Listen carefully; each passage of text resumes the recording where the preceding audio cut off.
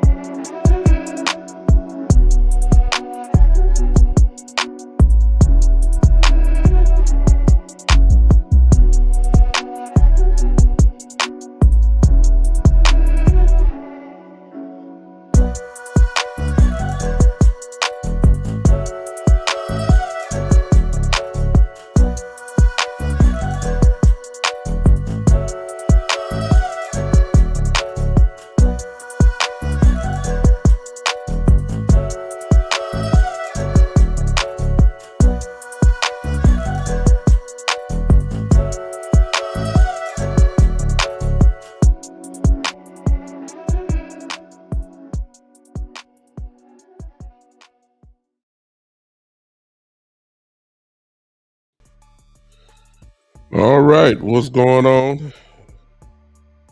We here, as always. Win, lose, or draw. We here.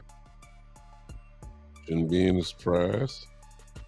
Y'all know me by now. I don't run. Never. We here. You get off of probably a good 30-minute cool-off period, and then you show up and then say what you got to say. Now, considering what the day is, I won't be on with you too long. But you know I won't be with you tomorrow because last thing, not too many people going to be doing podcasts on Christmas, but kudos to those that do. I just won't be one of them. I don't think I'll make too many people happy if I do it tomorrow. So, quite naturally, as always, I do the post-game show maybe about 30 minutes after the game is over with. Let me gather my thoughts, and I'll be with you. All right. So, hello. This is, of course, the one and only. This is the Big Time Show podcast that is being heard on Podbean as we speak. It is being seen and heard right now on Facebook,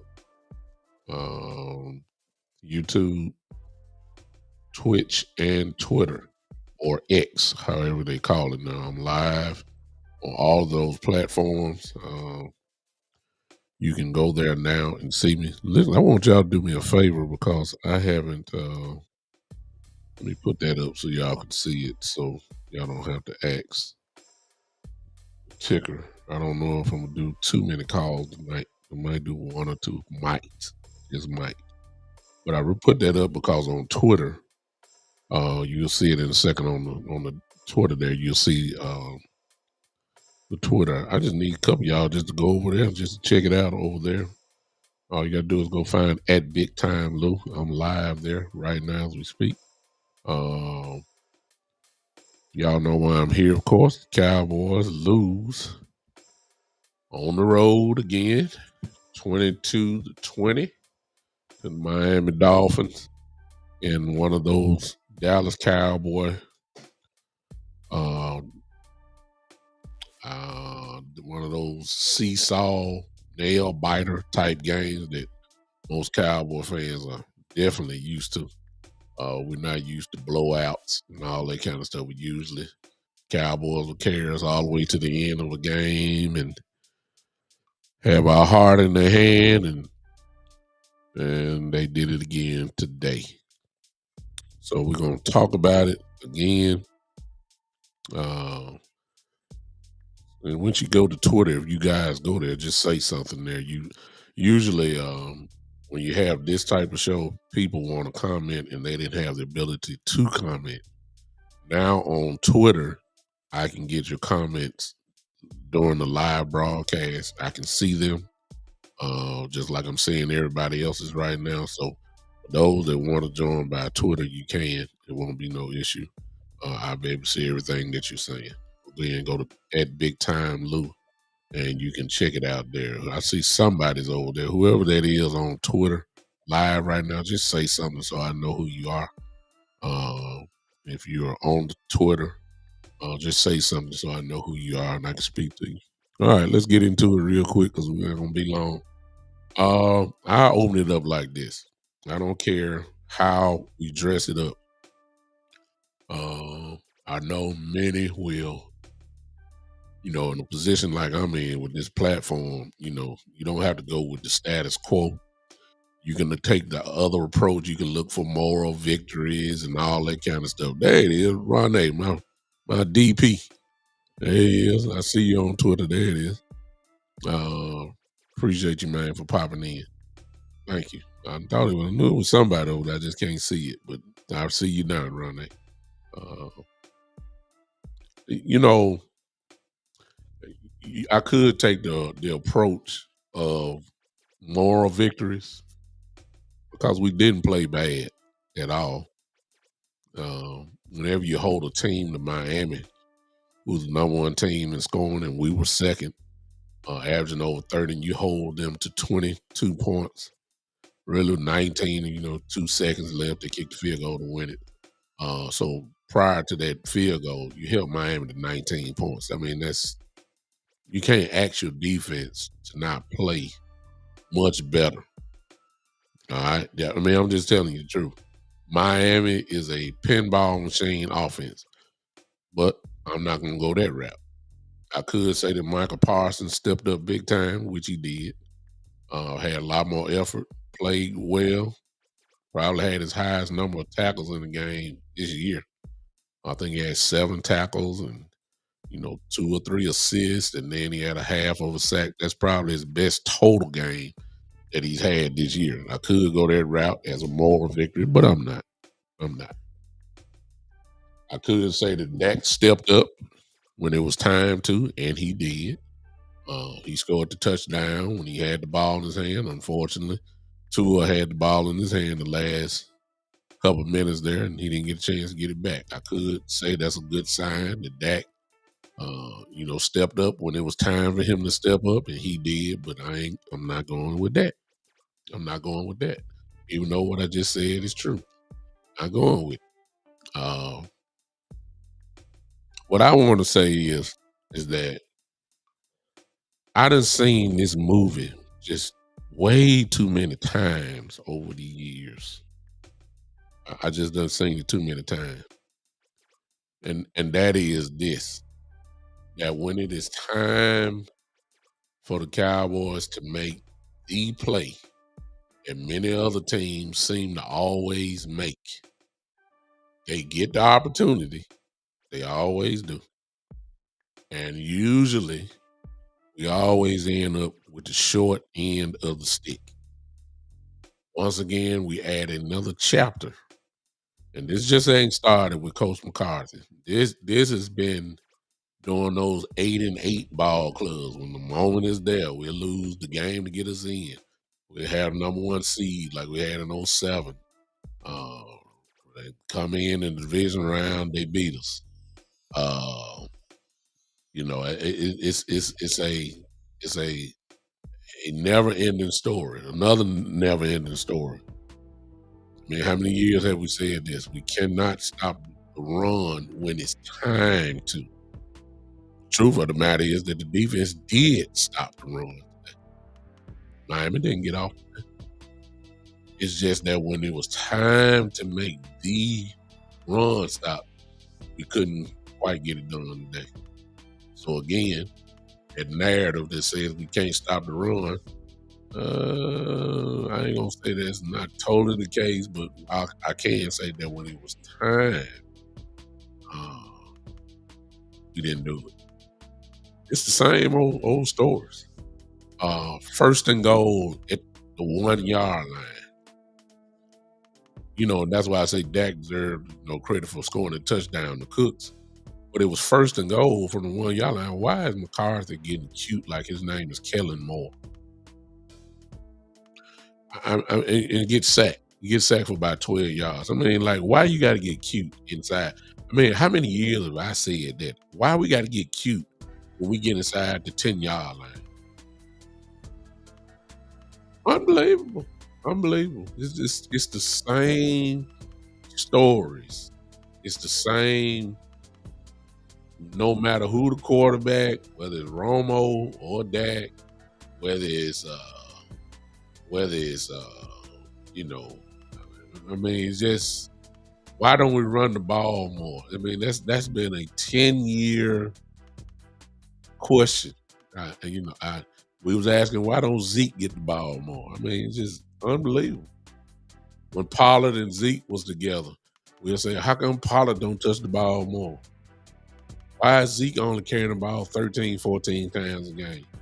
It's the same stories, same old stories. And,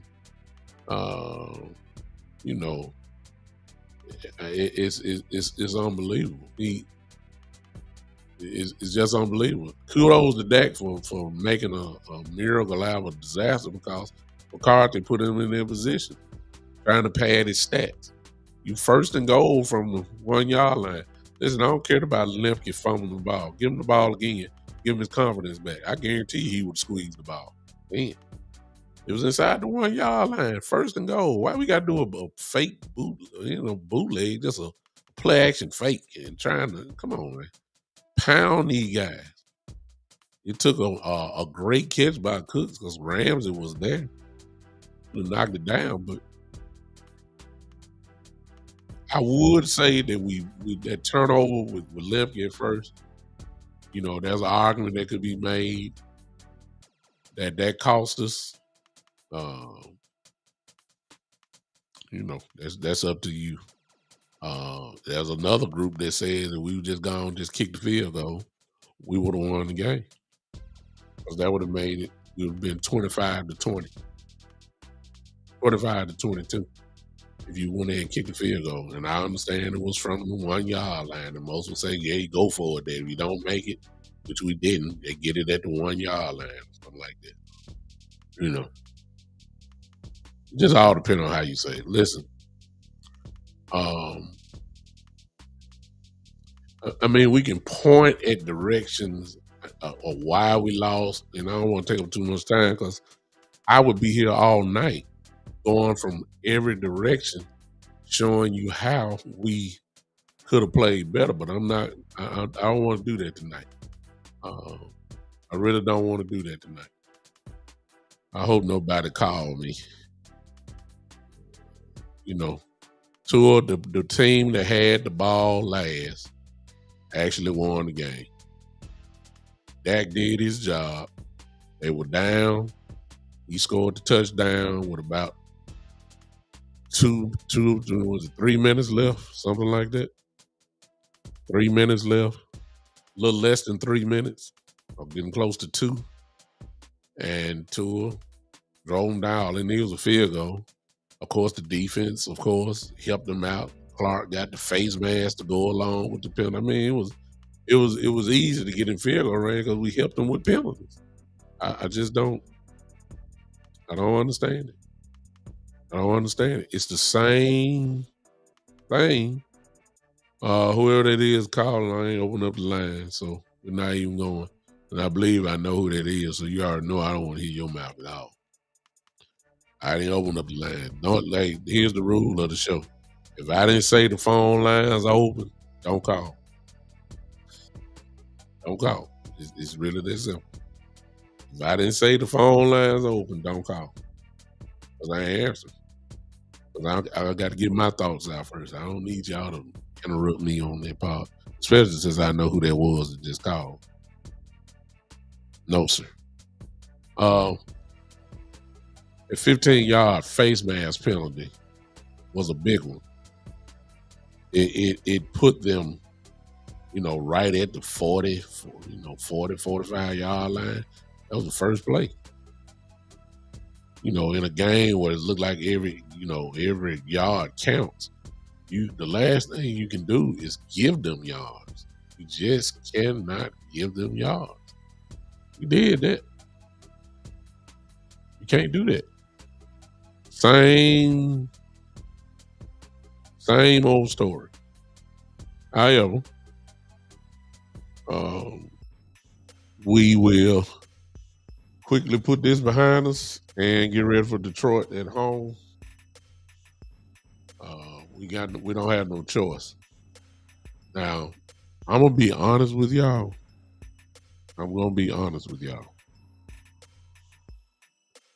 And y'all can say whatever you want to say. I just said these are just my feelings. Ain't got to be yours. I'm not feeling optimistic right now. That's what I got to tell y'all.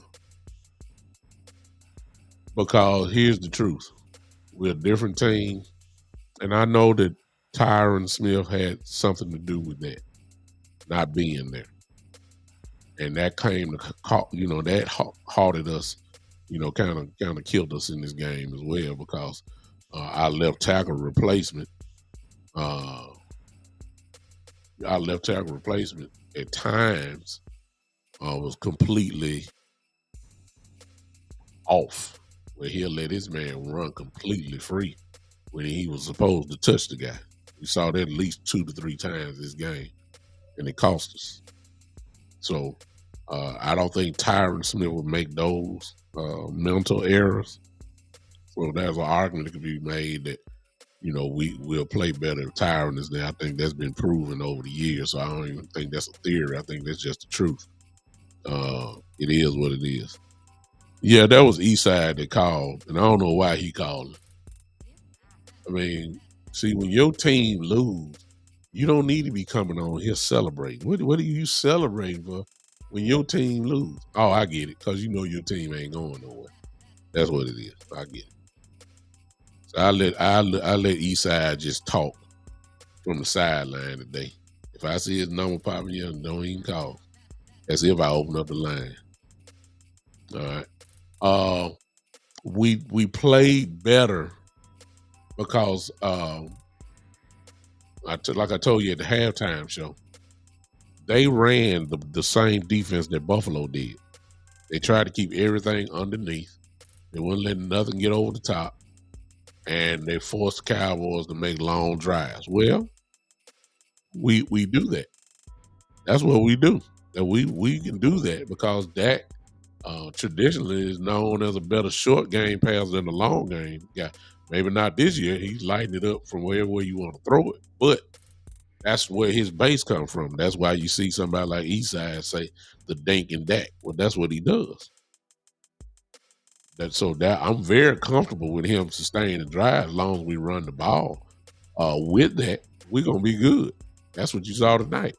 We moved the ball. That was not a problem at all. That was not an issue at all. We moved the ball. We just couldn't get it at the end. Well, we got it at the end. It just left too much time for Tua. Really boils down to that. Whoever had the ball last, it was there. Now we start breaking it down. Break the game down. Then we can start talking about a lot of other different type stuff. Miami, the field goal kicker had 5 field goals. That's 15 points. We played well defensively. We played well defensively. We did.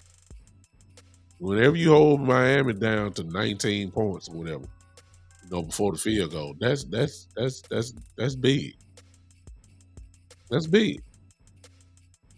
The defense played well overall. If I let you, tell you before the game that Miami is held under 30 points and Miami had 5 field goals, you would have took it. You would have taken it. Yes, you would. Because most people think Miami's going to score 40, 50 points a day. You can't stop all that. You can't stop Tyreek. Folks been trying to figure out how to stop Tyreek for the last 7 or 8 years. Ain't nobody figured it out. So you weren't going to shut him down. Your job with Tyreek is not to let him have these gigantic explosive plays. Same thing with Water on the other end. Same thing. You want Tua throwing it to his tight ends. You want that. That's pretty much what we got today. I was good with the defense today. It's hard to shut an offensive juggernaut like like Miami down. Hard. So it is what it is. Coach McCarthy,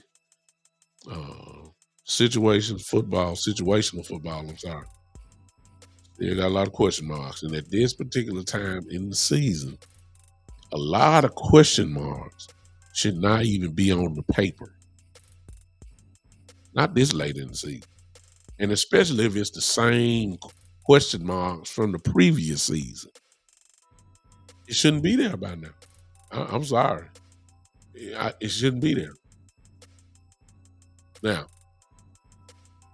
and let me get back to the original point where I was saying I'm not feeling optimistic because the way this is going, kind of like what I said a few weeks ago before Philly lost those 3 games in a row, and who knows, they may lose tomorrow. I don't know. Really don't care. The way this thing is looking like is that the Cowboys are going to have to be on the road, probably against Tampa, in Tampa Bay. You're going to be on the road the whole way out. I just can't see us beating, this is my opinion. Yours may be different. You may say we might win all 3 road games to get to the Super Bowl. That's you. And one of us going to be right. One of us going to be wrong. I'm just saying, based off what I've seen and based off this whole season sample size of what I see how the Cowboys struggle on the road, I can't see us beating Tampa, possibly Philly or San Francisco, and then the championship game on the road. I just can't. I can't see it. A win today would have changed my mindset. But it's just the same thing. I ain't saying it's something mentally. It's just that I don't know what I don't know what some may say it's scheme, and I can't say it's really an advantage because when you look around, man, look, there are a whole lot of Cowboy fans at visited stadiums than it is, the regular crowd now. I mean, one thing about the Cowboy fans, we travel well. I mean, we everywhere. Whatever city you're in, there's a good chance we'll be half and half in that stadium. So I don't want to say it's really a home field advantage. It's just the bottom line is we don't play the same way on the road like we do at home. We just don't.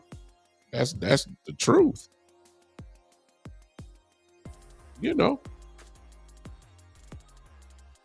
I like that comment Shane just made there because I ain't brought that up, but it's the truth as well.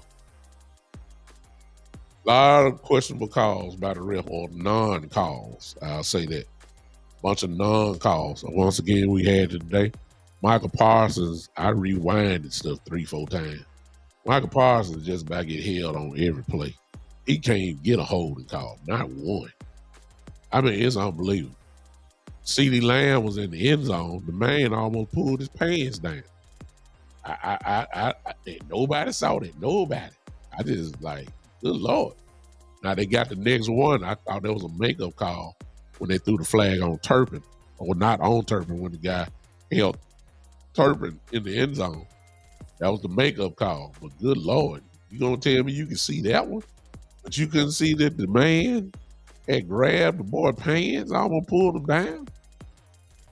I mean, good Lord. I mean, what are y'all looking at? It was unbelievable, man. We always get the holding calls. I mean, no, DeMarcus Lawrence don't get called. Michael Parsons don't get calls. Armstrong don't get calls. And I mean, whoever played the Cowboys, like they line are the perfect line, offensive line. Never get a call. I don't get it. I don't get it. Despite that, I can't say nothing because the Cowboys took the lead at the end. And, we can't argue with the face mask because Clark did grab him on the face mask. You can't deny that. It's supposed to be 15 yards. It just, we got it. We got it. It's just hard for me to believe that it is what it is. Mr. Harris, I see you. I don't know who you are, but I appreciate you popping in. This is not excuses. I said the Cowboys earned their flags. It was the truth. The CD Lamb flat non-call. The man dang near pulled his pants down. Everybody saw that except the refs. Everybody saw that. That's the truth. That's supposed to be a flag. Michael Parsons getting held all night long, wrapped around his neck, grabbing his jersey. Those are called holding calls. That is the truth. That's the truth. I'm not saying that's the reason why we lost. I'm just saying you call the holding on us, call it on them. It's just that simple. That's the truth. He got held. If he got held, he's supposed to throw the flag. It is what it is. But the Cowboys earned the loss. I say that. I'm not one to sugarcoat it. They earned the loss. They earned it. You can't do face mask penalties when all the team needs is a field goal. You just can't. You can't give them 15 yards. You know everybody was playing off of Tyreek. You know, so he gonna catch that little hitch play. That's easy. Well, first of all, Matt, how about this? You say we need another running back.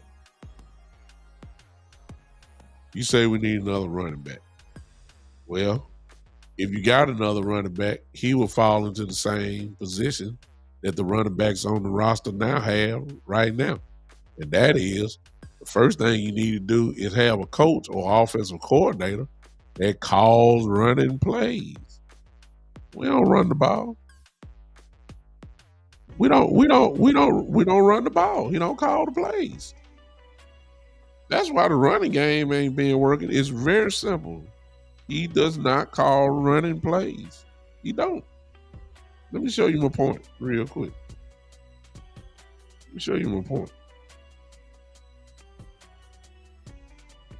Okay. Pollard had 12 carries that whole game. 12. The other running back, Rico Dow, had 2. So your number 1 and number 2 running backs combined had 14 carries for the whole game. You don't run running plays. So how can we say we need other folks and we need this and we need that when you got it in the house, but you don't call the plays? You ain't got the balance. Dak threw the ball 32 times. All you kept saying was a fake up the middle and shotgun and Dak passing the ball. And I can't really blame Coach for that because he figured out and he was right that we can throw on these guys. And we did. But he has the same problem that Kellen Moore has. That's why I say it's the same movie. Kellen Moore didn't run it. Mike McCarthy didn't run it. I'm just saying. We have to stop. We have to stop. Blaming McCarthy. We're not blaming our running back when it really the finger should be pointed at McCarthy. You can't get a rhythm in a running game when every play that you calls for my offensive line to go backwards. I don't know how many times I've said that over the years. You want to get the running game going, you let the guys go forward and let them hit folks. Let them hit people. And then you can get your running game going. You out of every 6 to 7 plays, you ain't running but one time. That's not how you get your running game going. That's how you get your passing game going. That's not how you get your running game going. I'm going to say it again. Pollard had 12 carries today. Rico had 2 carries. But here's the thing, Matt. How do we really know that our offensive line can't block if you don't call the plays. Our offensive line that they showed you, especially the 71, what he showed you was that they can't block. Well, I ain't gonna say they can't block. He didn't know how to handle the blitz. I guess you could say that mean he can't block because he was letting guys run free. He was confused. That's what I saw. And don't answer my question about the running game. My only question about the left tackle they replaced Tyron Smith was that, you know, can he pick up the right guy on the blitz? That's all I saw. As far as the running game, we can't judge the running game when he don't run the ball. You know, it is what it is. And what it also shows is this: it shows how important Tyron Smith is to this team. Because trust me, so a lot of the stuff that was what Fangio did, the defensive coordinator, when he started blitzing like, you know, crazy, once he figured out we need to attack the offensive line. Those first two drives, we moved the ball down the field with total ease. Then all of a sudden we had that big middle part where we couldn't hardly do anything. That's because he started attacking the offensive line. And once they figured out that the dude couldn't block the right guy on the blitz, they kept loading up on that one side and blitzing from that side, and Dak was on the ground. Or either he was rushed. It's just good coaching. That's good coaching. You see the weakness, you attack it. That's what they did. They didn't attack it at first. Tyron Smith would have stopped a lot of that. He would have. There's no question about that. So, you know, we'll be all day. They did. Look, I'm upset that it's the same old movie. We just can't get over the hump when it's time to. That's what I'm upset about.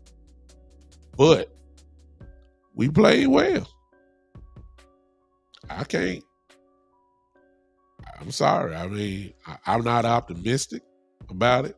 I just can't see us winning 3 road games to get to the Super Bowl. I can't see it, considering who those teams are. You know, right now as we speak, I give us a good shot against Tampa. I would. But after that, you know, I know we play well against Philly, but bottom line is we played a close game there and we lost.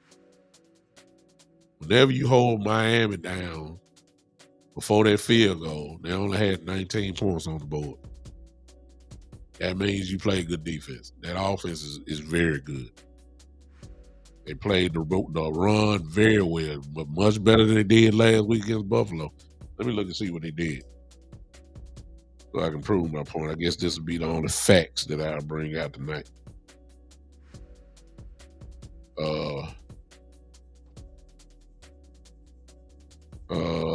Raheem Mostert had 11 carries for 46 yards. That's good. A Shine, I don't know how to spell his name, the guy that bags him up. He had 7 carries for 24 yards. Wilson had 5 carries for 21 yards. I mean, Waddle had 1 carry for 2 yards.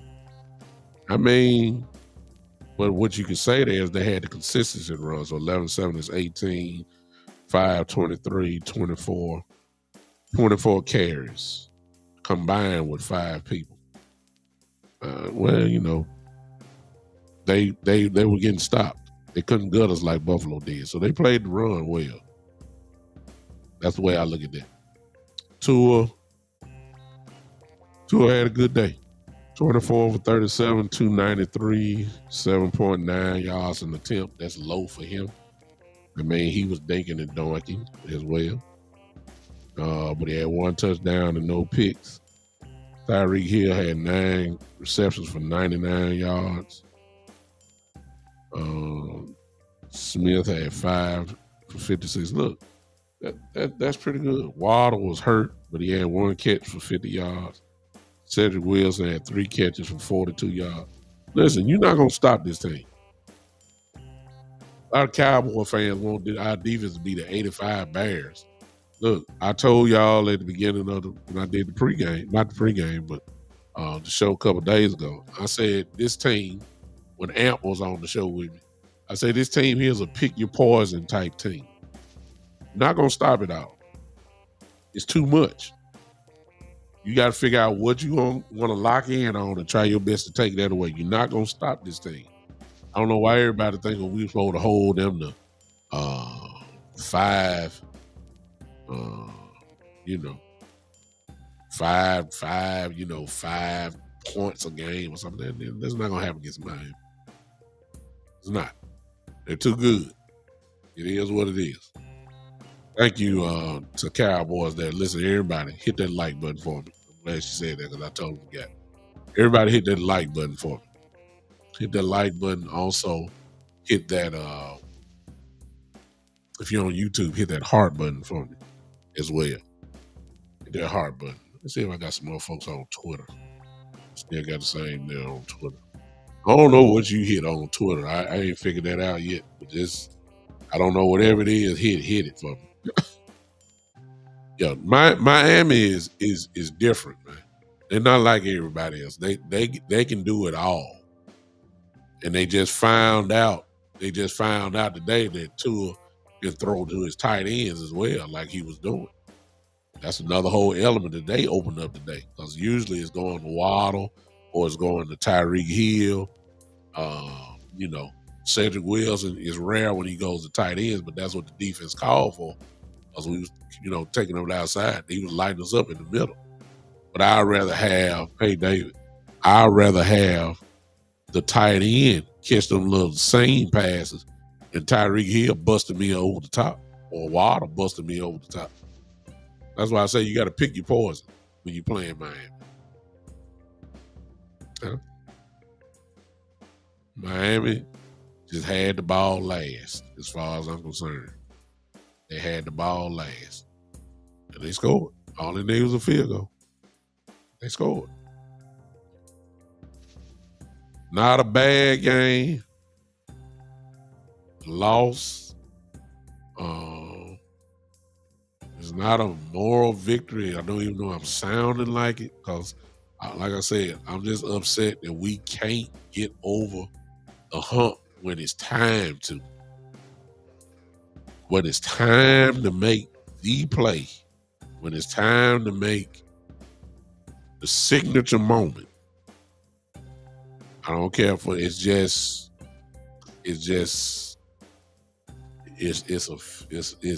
been this way. This goes back to the Romo days. It's the same story. When it's time to do it, it seems like we don't. It's the same thing. It makes no difference who the coaches are. When it's time for the coaches to outcoach somebody, instead, we always end up saying the other opposing coach always outcoach our coaches. I mean, how many times we said it? Whether that was Jason Garrett, whether that was Kellen Moore trying to figure out how to beat a defense. Now we're saying the same things about Mike McCarthy. I mean, it's the same thing. Wade Phillips, when it was time to do it, just couldn't do it. And so it is, and all we do, because I'm quite sure by now, I haven't seen it yet, but I'm quite sure it's Stephen A. Smith, the leader, or where everybody start getting their narrative from. I'm quite sure he already said his little Twitter thing where he do all that laughing that he do. There's one thing that he says that we haven't killed. He's the one that originated it, and I haven't seen it. I haven't seen it happen. And I'm not giving him credit. I'm just saying it's the truth. What does he say? What can go wrong will go wrong. I want him to be wrong so bad, but it's always something. And it always got to be us. That's just the truth. And so, I'm already booking this. Even though Detroit is hot, There's nowhere in the world they're winning uh, in Dallas. It's not because we're such a great home team, which we are. We are going to beat Detroit because there's going to be too much energy in that building. Jimmy Johnson is going into the Ring of Honor. All the legends are going to be there. The fans are going to go completely crazy. Everybody going to be on point for that game. We will not lose to Detroit. We're not going to lose to Detroit. We're going to beat Detroit. That'll give us 11 wins. And then I think we go play Washington, who's trying to get the number 1 or number 2 pick in the draft. That may be a game because I think we'll be locked in. I think we'll be locked in the 5th seed, especially if Philly beat the Giants tomorrow. You know, they got to play them again, and I think they got to play Washington. So I wouldn't be surprised if we don't play our guys that game. This is what I'm thinking. You know, at first before this game, I was saying we really got a shot to win the division. I don't think we are. I think that we're going. I think that they know that it's going to be probably Tampa again in Tampa in the playoffs again. And I really believe they like that matchup, to be honest with you. See, we're in the playoffs regardless. We just got to make sure we win at least one of these last 2 games. We win 2, it really don't make a difference. We'd be just same old story, 12-4. That's to be 3 years in a row, 12-4, but yet on the road for the playoff game. It's the same story. I'm serious. It's the same story. I believe we're going to win these last 2. It's 12-4. Same story. On the road, playoffs, 1 game. We good for the wild card. We done crossed that hurdle. We good for that. It's the divisional round. That's when we got to finally get over that hump. And when we play the divisional round, we're going to be walking straight into either San Francisco or Philadelphia. Unless they get upset, of course. Well, at least if Philly get upset in the playoffs. Frisco will just be playing their first game in the divisional round. Excuse me, I'm sorry, Dave. You're right. Be 12-5. Be the same old story, man. So we it's the same movie, you know. The only thing we can do is hope for a better outcome. Hopefully they can get it crunk. But I mean, no, but I was one of those runs. I said he was horrible at situational football, Roy. I've always said that Kellen Moore was the worst red zone play caller in the league. I've always said that. I said, but from the 20 to the other 20, he's one of the best. You can't argue because his offense was always number 1 in the league. Always. It was always number 1. Top two offense in the league. Can't argue with that. But situational football was where he lost all of his moxie, and that's what everybody said Mike McCarthy would be better at than him. And I think he is, but it ain't by much. It's not by much. I think he's better, but it's not by much at all. The Cowboys lose 22-20. Good game. Dolphins pulled it out. They had the ball last. That's the bottom line. Back to the drawing board. I don't think that cost us the game, Cowboy Nation. Danny, what's your opinion about roughing the passer quarterback with Michael Parsons? Cost us the game. If I'm not mistaken, they just kicked another field goal out of it. We had plenty more opportunities after that.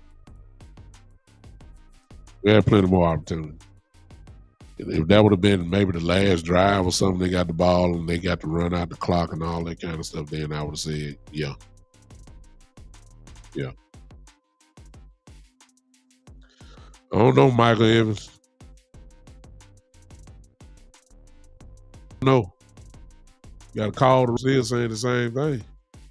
You can have Walter Payton back there, but if you don't call the plays, which he don't, I'm gonna say it again. In a close game like that, Tony Pollard only had 12 carries, and Rico only had 2. I don't care who you got back there. If all he called is passing plays, I mean, I don't care who you got. You can have 2 Derrick Henrys back there, 2. But if you ain't called but 14 carries for a game between 2 running backs, you just can't say what we need because we don't know what we need because we ain't seen it enough. That's all I'm gonna say. Hard for me to say what we got and what we don't got when you don't call the plays. How do we know what our offensive line really can do if you don't let them go forward instead of pass blocking all the time? How do you know we can't run it? How do you know every running play gonna give you 10 plus yards? Sometimes you gotta bang. You gotta bang before you break out the big play, the big running play. You know how this go, but you don't call it enough. You're supposed to have 14 carries between 2 running backs just in the first half. Some would even say the first quarter. To be honest with you, because Miami couldn't stop us from running the ball. We should have ran the ball at least 35 times this game. Because the other thing is that works for your strategy because the last thing you want to do is give Miami a whole bunch of possessions. You don't want to give Miami the ball, 8, 9 times. You don't want to do that. You want to control time of possession against a team like Miami. You want to limit their chances of how many times they touch the ball. The way you do that is you take time off the clock, like we did that first drive. Took almost 8 minutes off the clock. You don't give them a chance to get in rhythm because they barely can get there and get the ball.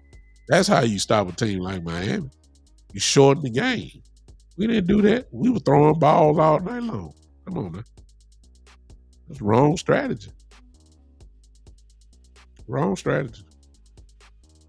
Cowboy Nation Danny says, are we going to trade Michael Parsons? Oh, my God. Where you get that from? No, come on, man. No, we're going to sign Michael Parsons when it's all over.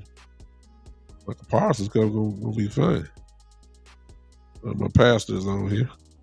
So your problem is poor linebackers. You still can't stop the run. Exactly what I said earlier. Especially when you have to. Exactly, that's what I said. Miami kept running over out in the fourth quarter. Remember, the Lions can run the ball. Yes. We stopped the run today, in my view. They didn't, it wasn't no gutting like Buffalo. Like Buffalo did last week. It was if anything, they tried to stay committed. They weren't lighting us up. Now, that last drive, Wilson, he only had 20 yards, I think, off 5 carries. Those 20 yards came at the critical time. When we needed to stop them guys from getting first down, at least leave us some time on the clock, we couldn't make the play. Now, it also helps that it's 3rd and 1, 3rd and 2, and all that kind of stuff. It's rare when we can stop teams, 3rd and 2 and all that. We're not good like that. That is the book that is for the Cowboys, though, is that obviously you want to feel like that you can't run on them. Now, I will say this. We will improve even more in the run game because Hankins is coming back. Finally, Dan Quinn did what we asked, and that is move Michael Parsons around. Michael had his best game to me, this season, to be honest with you. He didn't have them, but see, we base Michael Parsons off sacks, and that's not the way you base a player. Michael Parsons had 7 tackles, 3 assists, and a half of a sack. That's what you call an all-around game. And he finally moved him off the edge a lot and had him lining up as a linebacker. And when you did that, he made plays. That's why I say he had probably his best game pretty much of the season almost today.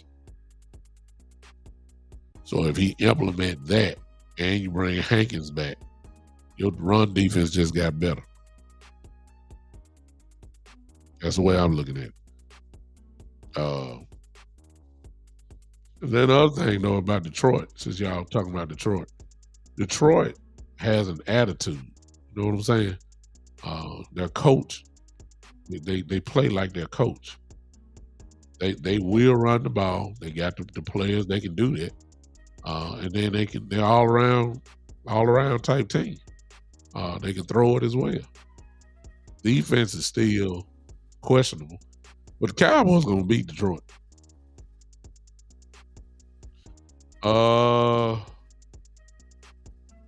Not really, because what Quinn did, he moved them around like a chess piece. When it was 3rd and 5 and above, or 3rd and 4, really I saw it at 3rd and 3. They line partisan on the edge. But you know, when you get a 3rd and 3, it's kind of like, you see, this is why Miami is so different and good, because it don't necessarily mean the ball got to go down the field. They'll throw a little quick screen, you know, a bubble type screen to Tyreek, and you know, 2-3 yards ain't nothing for him. He gonna get it. You know, they can beat you so many different ways, but they had Parsons on the edge a lot on that. Someone asked me, Pollard and James Cook, who do you pick out? Who you pick? They're the same player. They're not made. James Cook is not made to take a pounding. It's just not his game, just like Tony Pollard. Both of them are explosive, but that's not it. All right. Now I'll open up the phone lines for just a couple minutes.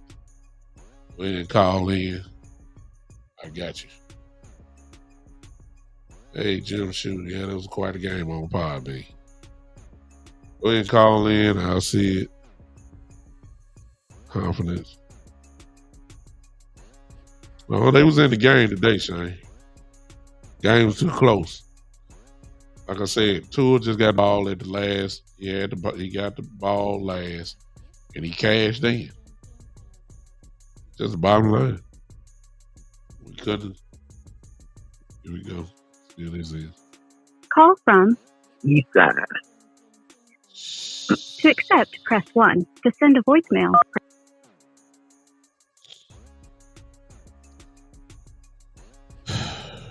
Eastside, you got a dance floor. Merry Christmas, sir. Merry Christmas. So you get the cash app I sent you? No, I ain't saying I ain't look, but I appreciate you. Thank you so much. Oh, okay. So I wanted to get your expert analysis again. I'm not saying it again. I done gave it all. You've been listening. Hey, so I'm calling in and, talking about the Cowboys, talk about what I saw out there. I saw a 10-win team go on the road again and choke against another, decent team. And I thought maybe it'll be different, but nah, it was what it was. Was you thinking it was going to be something different, sir? Or did you pretty much know that outcome? They had a great chance today.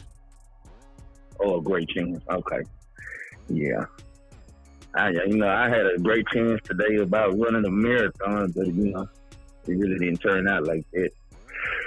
But I kind of had a feeling Dak would choke in another big bang, because that's what he's normally do. Right there, we're going to holler at you, because Jack didn't choke. I don't know what you're talking about. Quiet. Get off my phone. I know you always looking for it. Get off the phone, sir. Hey, sir. Happy holidays to you. Get off my phone. Bye. There you go. That's how we do. So I've been nice. Let him have the dance floor. Then he said something ridiculous. Let me go on say it since I know he's still here. Dak did not choke today. Dak took the ball when the thing was down, drove to the end zone, threw the touchdown pass to Cooks, gave them the lead as the quarterback is supposed to do. When there was about 3 minutes and 5 seconds left, defense couldn't stop him. How you gonna blame that on Dak? Don't even make sense. That's why you off my phone. Oh, yeah. Oh, yeah, that's great. Cowboy Marlon. Yes, sir. Cowboy Marlon in the building. Bishop. Yo. A hard-fought game. You know, I want to let people know this. Bill Parcells once said, "You are what your record says you are." And basically, the Cowboys and Dolphins basically win at a rate of about twice as often as they lose. Is that about right? I think that's perfect. Okay. Well, let me say this. I think Las Vegas spends millions and millions, if not billions of dollars, prognosticating and predicting football. Last week was what you call a mathematical anomaly. The Cowboys lost 31-10. The outcome of that game was an outlier. If you played that game 100 times, maybe 10 times there's an outcome similar to that. Maybe worse. Maybe 10 times the Cowboys beat them there. Something like that. But by and large, if you take a look at the last 2 weeks, the odds of both of those games were 1.5 to 3 points. So in both cases, Las Vegas called for those games to be about what you saw today. What's the difference? The Cowboys are on the road. When you play at home, and if you're a good football team at home should be more likely to win than they are to lose. So the Cowboys, they played hard. Man, he's not going to make the Pro Bowl, but do you see the effort that DeMarcus Lawrence is playing with? This whole season, man. I mean, he's not getting the stats, but he's playing winning football. Look at how he grades out on Pro Football Focus. This guy makes plays, especially in the running game. He's playing well. Now, when I get specifically to this game, you've told your listeners, you and I are friends, and we've been friends for a long time, about 40 years, and I was really upset today. As a matter of fact, this is probably the most upset that you've ever seen or heard me during a Cowboys football game today. And I'm getting too old, and I can't allow them to have my blood pressure high like that. But that call, go ahead now, I'm sorry. You know I can't let mine go up high. No more, no way, right? No more. That call that McCarthy made, and there was the only thing that I could think of is the Super Bowl where Seattle called the pass play and threw the interception at the goal line. I have no earthly idea. Let's just, because if I just been talking math, and if we're talking statistics, if you got the ball first and goal on the half-yard line, statistically, I wish I had some mathematician to tell me that if you just ran a quarterback sneak 4 downs in a row, what's the chances of you wind up having the ball back at the 10-yard line? Yeah. Crazy. So at some point, Mike McCarthy doesn't owe me anything. And yes, they did score the touchdown. But at some point, I would just want to know in that situation, why? Why? Exactly. Why? Yeah. First and goal. Why? First and goal. First and goal on the half-yard line. Inside the 1 yard line. Why? Oh, yeah, half-yard line. Why? Yeah. Okay? Especially after, I'm going to tell you what I think. I think after they fumbled the ball, I think he wanted an opportunity to personally redeem himself, to make him, you've heard the saying, if you're the smartest one in the room, then you need to find you a new room. Yes. And I think he wanted to show, well, I ain't stupid, blah, blah, blah. And maybe, he felt like, well, I listened to you. We ran the ball, so this time we're going to do this my way. I mean, listen, I ain't even tripping about the fumble, because statistically you were about as likely to score there as you were not to score in the other situation. But in both cases, I think you got to play the odd. Yeah. I want to leave you with this. And I had both the Cowboys OT on Cowboys.com and you on, and I was listening to both of you guys. And I want to let your listeners know, okay, we're coming down the wire, and Kyle Yeomans broke down the playoff scenario. So today, if he's right, The only thing that changed at all was the Cowboys lost the tiebreaker with the Eagles on strength of victory. Like, you got strength of victory, and then you got strength of schedule. The strength of schedule should be the same. I think they played identically the same schedule. The strength of schedule should be the same. But we lost the tiebreaker when it comes to strength of victory. Had you beaten the Dolphins, you would have had the tiebreaker with them. They lost to the Jets. You beat the Jets, and the games have been about the same. But where you would have got them was that the Dolphins would have been a quality victory. You know what I'm saying? You would have beat a team. Now, I think at this point, with the remaining schedule left, there's no way that we can catch them. Even if we won out, we can't win enough games. Like, basically, it's who did you beat and who have they beat. I don't think at this point, like, if you beat the Redskins, you're not going to get enough credit for that. Detroit will be a good win, but you're basically too far behind as well. So and make sure that I understand this right. Maybe you could correct me. What we need now is we need the Eagles. Obviously, they're up by a half a game. They got more wins than we do. But we need them to lose to the Giants. And if they lose to the Giants and then we win out, don't we get the tiebreaker at that point, or do you understand where we are with that? If anybody has any kind of idea or clarity, do you understand what the scenario there is? I think we win if they lose to Giants because it'll be another NFC loss. Right now, I think we're tied with the NFC.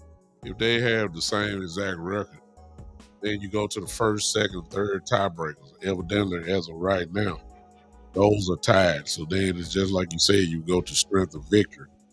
So they're tied right now. They are right now. But if they lose to the Giants, that would give them 5 NFC losses and 2 division losses, whereas we only have 4 NFC losses. See, when they lost to the Eagles, not the Eagles, when they lost to the Seahawks, that really hurt them because we lost all of our losses before last week were within the NFC. That's right, right? Is that right? Yeah.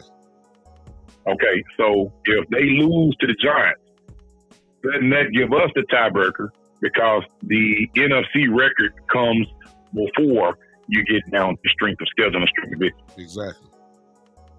Yeah. The strength. All right, so it's not that complicated. It's really not that complicated. We need help, but we basically need the Giants to beat them one of these 2 games. Oh, Washington. It's one of the 3. I don't think that it is what it is. But I'm gonna be honest with you. I really believe that I know they want to play at home. But here's the thing. So watch this. As crazy as it sounds, the Rams are the 7th seed. Even though that game is at home, which one would you rather really be playing? Tampa or the Rams right now? See what I'm saying? Well, I'm going to tell you. See what I'm talking about? The Cowboys are dominant at home.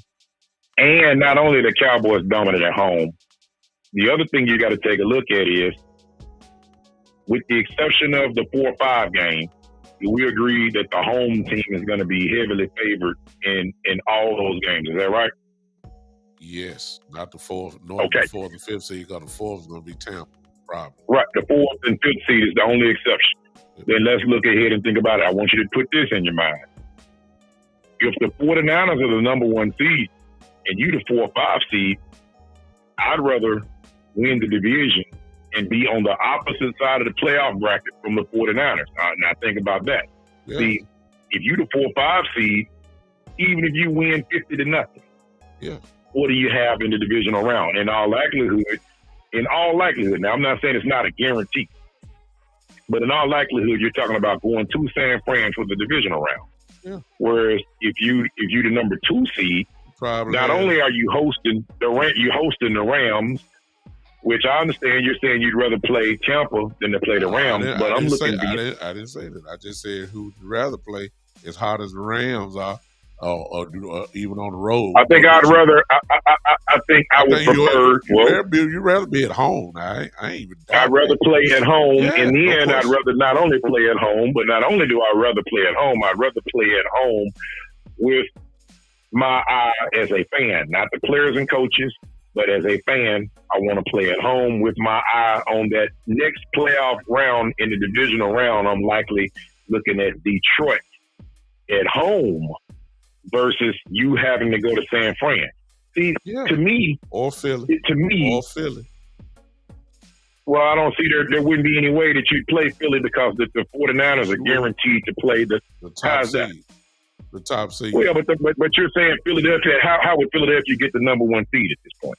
They trail by one game and they don't have the tiebreaker. No, I'm talking about going to play. I'm talking about second round. The top team will get the lowest team as of right. So that means as of right now, if we just simulated, we really just. I see what you're saying. I see what you're saying. You're saying that Philly, in all likelihood, in that scenario, I'm saying it would Detroit, be Philadelphia. I'm just saying it's simple. Detroit will win their home game. That means Detroit would come to Dallas, and whoever is at the lowest seed, which will probably be Philadelphia, if they win, Philadelphia will go to see San Francisco in the division. All right. So okay. So what I'm saying is, I don't see a scenario where Dallas could play Philly in the divisional round, because either way, San Fran is going to play the lowest seeded team. Exactly.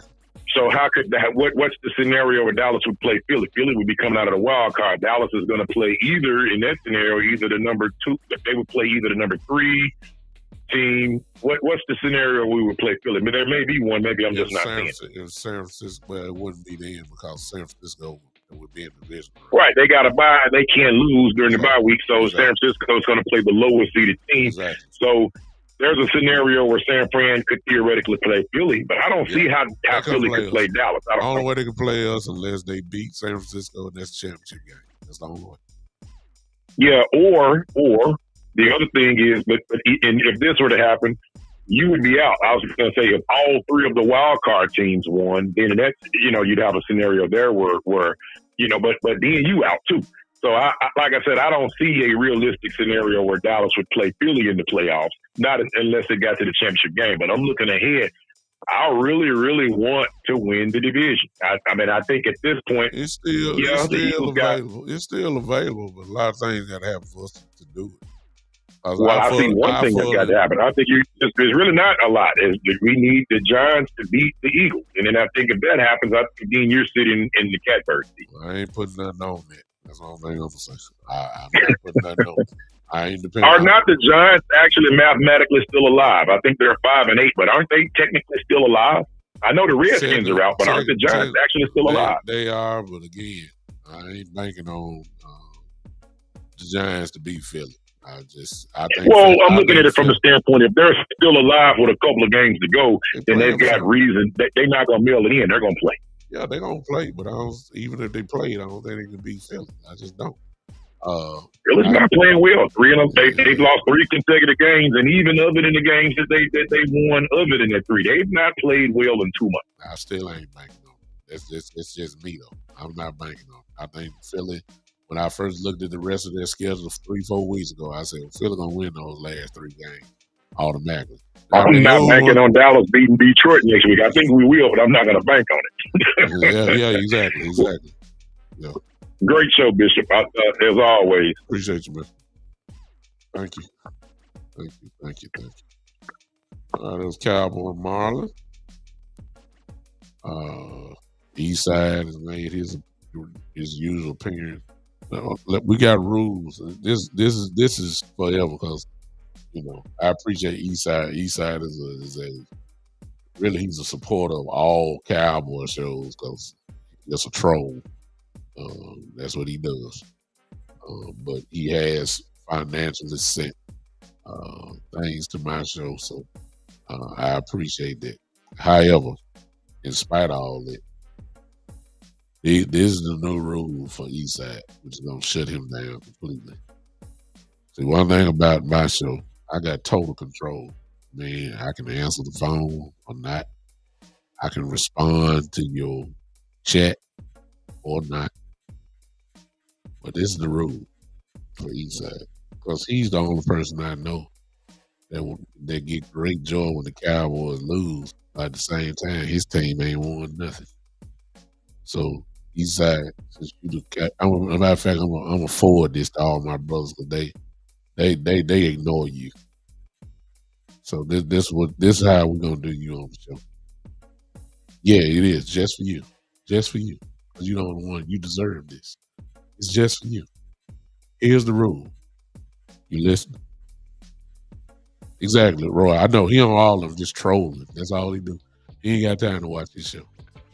He ain't found a Houston, Texas podcast yet.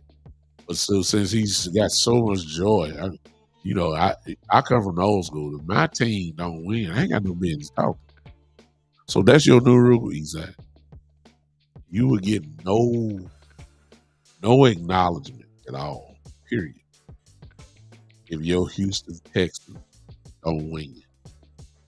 See, if your Houston Texans win and the Cowboys lose, you got the dance floor. I'll let you have it. I'll let you talk and all that.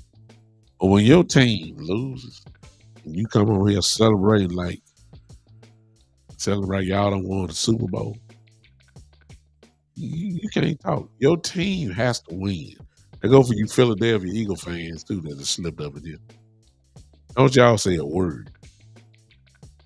Don't y'all say a word talking about the Cowboys if your team didn't win. Don't say a word. Say a word. I'm trying to help you and stop making you look so silly. So that's your rule, Eastside. Because you don't want to deserve that type of rule here. So I shouldn't be hearing from you a whole lot. Matter of fact, since you know your rule, it may be your last time showing up in my show.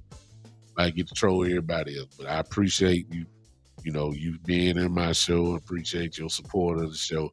But since I just made up that rule for you, I may not see you too many more times. Because, see, even when the Cowboys make the playoffs and your team don't, see, I got to get specific with you. When your team don't make the playoffs, which they're not, and our team does because we already in, that means even if the Cowboys lose, you will not get any acknowledgement. So really, to be honest with you, you got about 2 more weeks left to comment. But remember, you ain't commenting if the Houston Texans don't win. I missed the call. I'm going to call you back, whoever this was. North Carolina, 704. The call has been forwarded to voicemail. Okay. Whoever that is in North Carolina, I'm about to call you back. There you go. See who this is. Hey, what's going on, Big Time? Yo, what's going on? Hey, this is Khalid in actually Brooklyn, New York. How you doing? Okay, that's right. You tell me that every time. I ain't got you locked in. Yes, sir. What's going on? Yes, sir. Yeah, another disappointing loss, my man. Yes, sir. Yes, sir. I really don't know where we go from here. Like you touched on it earlier. Man, we've seen this show year after year after year. I think from now on, Big Time, I know it's hard to do. We really don't need to do an evaluation of this team until December, January starts.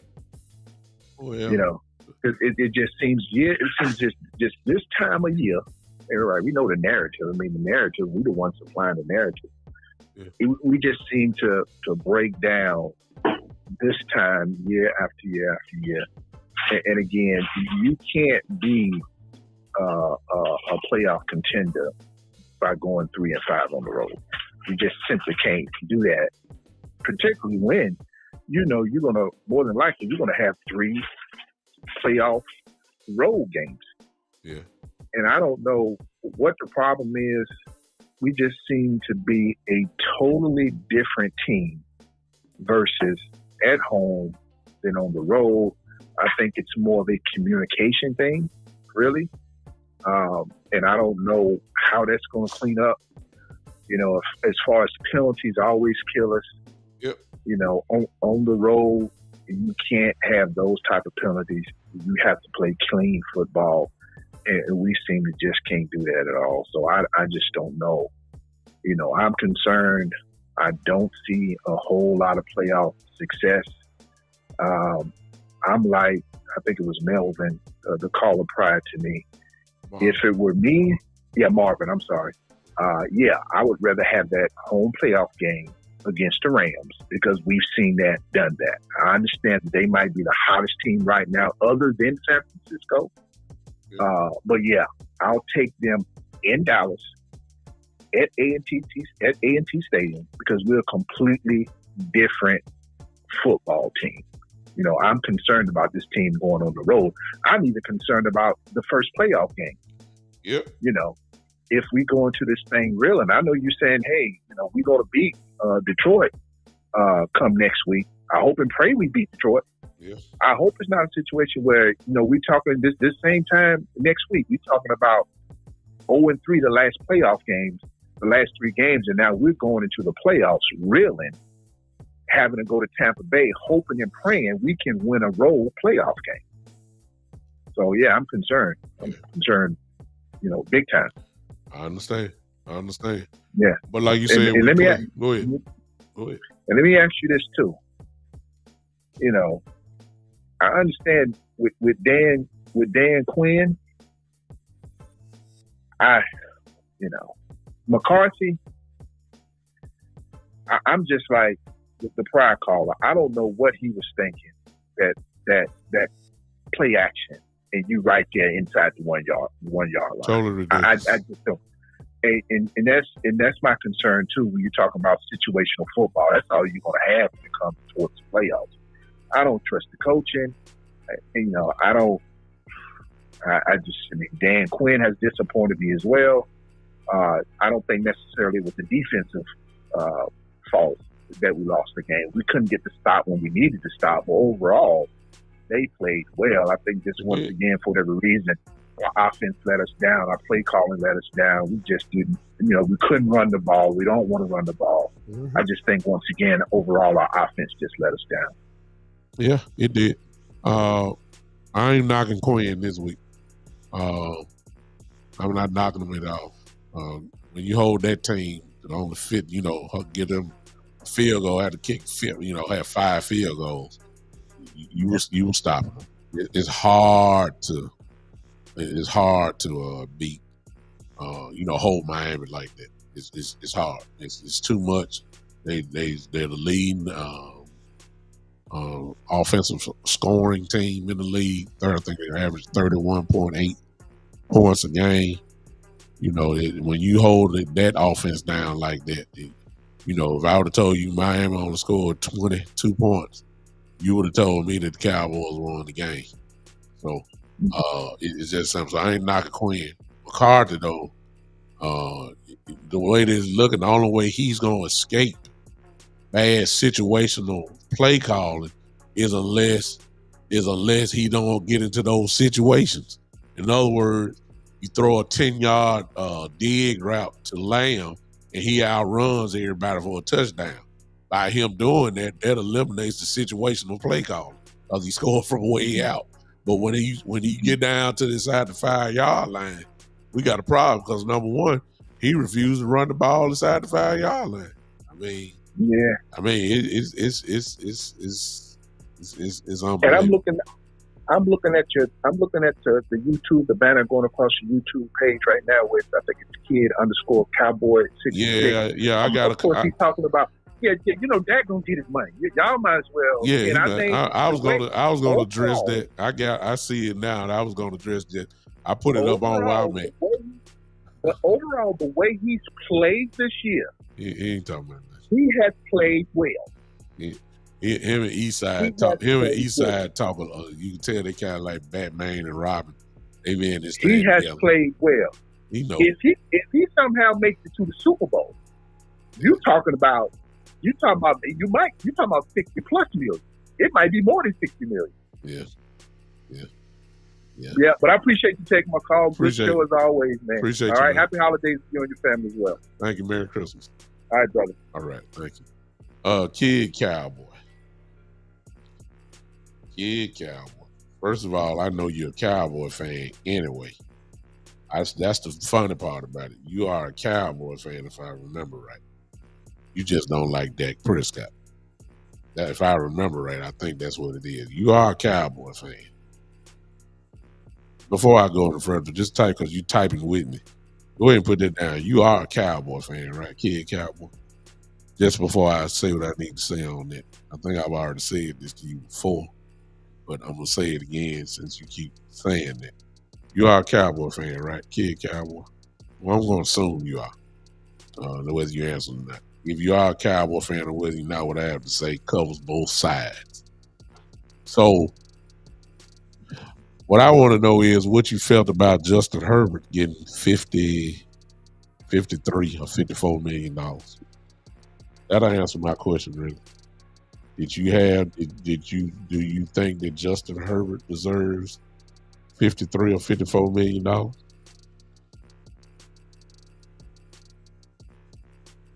That's all I want to know. Because make no mistake about it. Oh, no, none of my business. Okay, so you're a Cowboy fan. Well, if Justin Herbert got $54 million or whatever, 53, $54 million, then what in the world you think that Dak Prescott's supposed to get when you know, since you know football, you know at least in that position, it's always the next man up. You know that. Deshaun Watson got his. Bam. Oh, he's a troll. I mean, I don't know. Demetrius. I don't know if he is, but I'm answering the question from the middle. But when Deshaun Watson got his, he reset the market. Guess what? And Patrick Mahomes redid his contract. He got a little bit more. Got it deferred. Then Josh Allen got more than that because the market was reset. Then right after that, Justin Herbert got more than that. And at one point, Justin Herbert was the number one paid quarterback in the league before Joe Burrow got his. And that's where we stand in now. So the quarterback position doesn't go down, unless you Baker Mayfield, who got his money. Baker knew he wasn't on that level like that. And he's not even considered to be a top 15, top 18 type quarterback. So he knew he couldn't ask for that type of money. But Justin Herbert messed it up. I forgot, you're right, Lamar got his money, and it went up after Lamar. Then Justin Herbert got his, then Joe Burrow got his. The thing that messed it up for you, Kid Cowboy, is Justin Herbert. Because Justin Herbert's resume says he has done absolutely nothing. He hadn't won a division. He made it to the playoff, one game, didn't win that. He hadn't done anything. And everybody keeps saying, oh, he got a strong arm. Well, everybody in the league got a strong arm, just about. He's a big quarterback. He's 6'2", 6'3", rocket arm and all that. Oh, yeah, he did. He got that, and they paid him like he's a franchise quarterback. For the Chargers, he is, but if he would have been somewhere else, they would have paid him that. If he got that, what do you think Dak Prescott going to get? I mean, come on now. Dak Prescott has played at an MVP level all year long. Everybody know that. It is what it is. And yes, whether you like it or not, the Dallas Cowboys this summer are going to pay him. He will be the highest paid quarterback, probably have the highest contract in the history of the NFL. It's going to happen. It's going to happen. And you know it. I don't even know why we keep saying that. He has a chance, he's going to be a Pro Bowl quarterback this year. I doubt that he'll be an all-pro like I said he was 3 weeks ago. I think that's kind of died down a little bit. But he's done more than Justin Herbert. Let me put it that way. So wherever Herbert is getting paid, that's the starting block for Dak Prescott. That's just something you're just going to have to accept. It is what it is. That's what they do. Okay. That's the end of it. All right. Let you guys go. Listen, Merry Christmas. Exactly, Mike. This was going to happen, Kid Cowboy. Read that. And keep in mind, it all depends on where you finishes up. Exactly. Mike Nelson, you got to explain to him. Those are the people that blame Dak are just, they see with Dak, you either you like him or you don't. He did win the game, kid. The defense gave up the game. What you saying? Didn't you see him when they were down and had about 3 minutes ago? Did he not throw the touchdown pass after the sack to Brandon Cooks to give the Cowboys the lead? So how you gonna blame Dak for something that the defense couldn't do? I don't get that. It don't make any sense. It don't. Dak don't play defense. The defense let them get in the field goal range. The defense didn't stop the run on the last drive. Dak Prescott didn't have. Dak did his job. He got the ball, and he got the lead for the Dallas Cowboys by throwing the touchdown pass to put them up. You can't blame Dak for the loss today. Dak did what he's supposed to do. No turnovers. Had it right there. I don't know what y'all talking about. I don't know what you're talking about. He did what he was supposed to do. Gave the team the lead. Gave it back to the defense. Went on right at 3 minutes left in the game. And the defense let them drive down and kick the field goal. I don't know what y'all talking about. I don't know.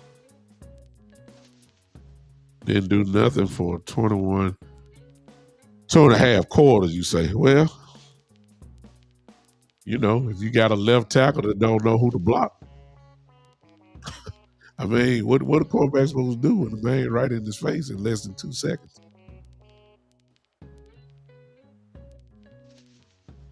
It's just the truth. It is what it is. But you know, Kid Cowboy, what you've proven, because I remember you. See, you one of those type that don't give Dak any credit at all. And I jump on that train with you as well. Remember, I'm the one that say if he played bad, I'm gonna talk about it. But when he plays good, I'm gonna talk about that too. But see, you're the type that if Dak gonna go 25 for 25, 350 yards, 4 touchdowns, and a perfect passer rating, then you're gonna, if he went 24 or 25, you'll talk about that one that he missed. See, Dak has to be perfect. The only way that you're going to stop talking about Dak Prescott, no matter how well he does, the only way you're going to stop talking about him is unless he had a Super Bowl trophy in his hand, and then all Dak has will say, well, he didn't want the reason why. If he was all that, he would have been the Super Bowl MVP. That's how y'all do that. And I get it. I understand. Meaches, I'm gonna go definitely before.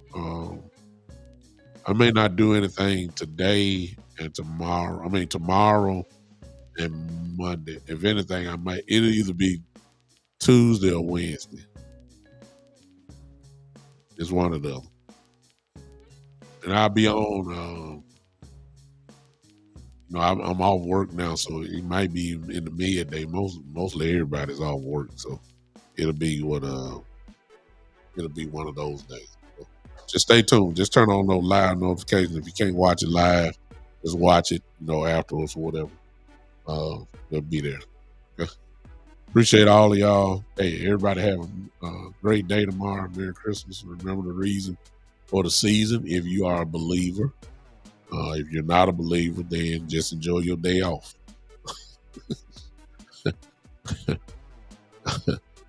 If you're not a believer, then hey, just enjoy your day off from work, and you have a good day. Hope that your families are blessed. Hope y'all look. I hope Santa brings y'all what y'all been. East side. Remember what I told you. So we already know you won't even be on the show, period. Don't call in when I over the line because your Houston Texans lost. So those are your rules. So when I see you, I'm just going to look at it and keep going. So you already know the next show you ain't going to be. So you just be talking from the chat line. You understand? Yeah. Merry Christmas, everybody. Appreciate all of y'all support for the show this year. My show has exploded this year. Tremendous growth. And it's thanks to you guys. I appreciate y'all so much. you have a Merry Christmas, and you guys enjoy your families on tomorrow. We'll soak in this loss by tomorrow. It may even be tonight. The all 22 film will be out. I'll be watching that, and we'll talk about some things that we see in the film, if it's worth talking about, which I will show to you guys. All right. I appreciate you guys so much again. Thank you.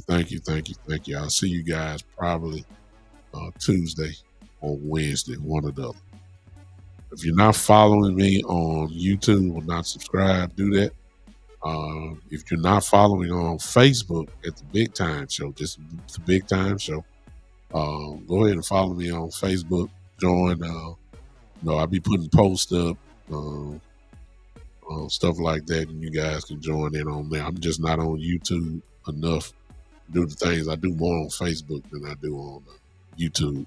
I'm gonna have to change all that. Start doing things more from YouTube. But listen, I appreciate all you guys again. Y'all have a very, very, Merry Christmas. Enjoy yourself, relax, enjoy your families. Don't eat too much. Don't drink too much. If you're drinking, stay out that car. Do that, all right? Appreciate y'all so much. Until then, ladies and gentlemen, this has been the one and only.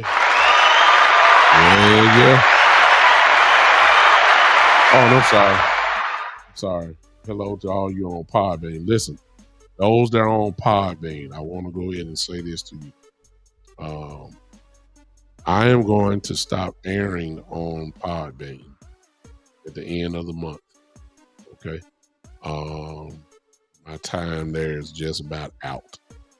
So those of you that are on Podbean, I'm going to stop doing that probably at the end of the month. And be strictly Facebook, YouTube, Twitch, and Twitter. And I even have it on Instagram. I should have put this on Instagram tonight, but I didn't. So those will be the places for the Big Time Show. I'm going to stop doing Podbean. But don't look at it now. Probably in the next few days, I'll do one more show, probably from Podbean. I might do that one alone, just Podbean alone, and just explain to you why I'm doing it and why you probably need to follow me on Facebook, YouTube, or anywhere else that I might be on Twitter. But until then, I'll see you guys on that for long. We'll see you. All right. Appreciate y'all. This has been the one and only. Merry Christmas, y'all. The Big Time Show.